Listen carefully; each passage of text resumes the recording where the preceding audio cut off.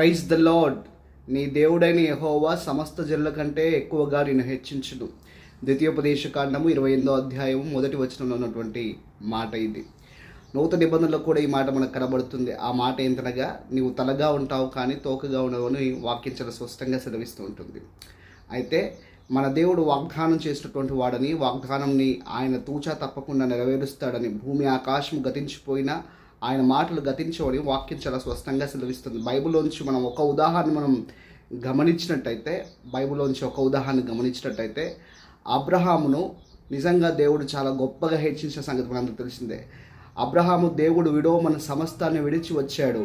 ఆ విడిచి వచ్చి దేవుడి మాటకు లోబడినందున అబ్రహామును ఎంత గొప్పగా దీవించాడు అంటే, విశ్వాసులకు తండ్రిగా, దేవునికి స్నేహితుడిగా, ఇశ్రాయేలులందరికీ మూల పురుషుడిగా అబ్రహాము దీవించబడ్డాడు. ఉదయకాల సమయం ఈ మాటలు వింటుండగా, నీవు దేవుడు లోబడమన్న దానికి లోబడినట్టయితే ఆయన గొప్పగా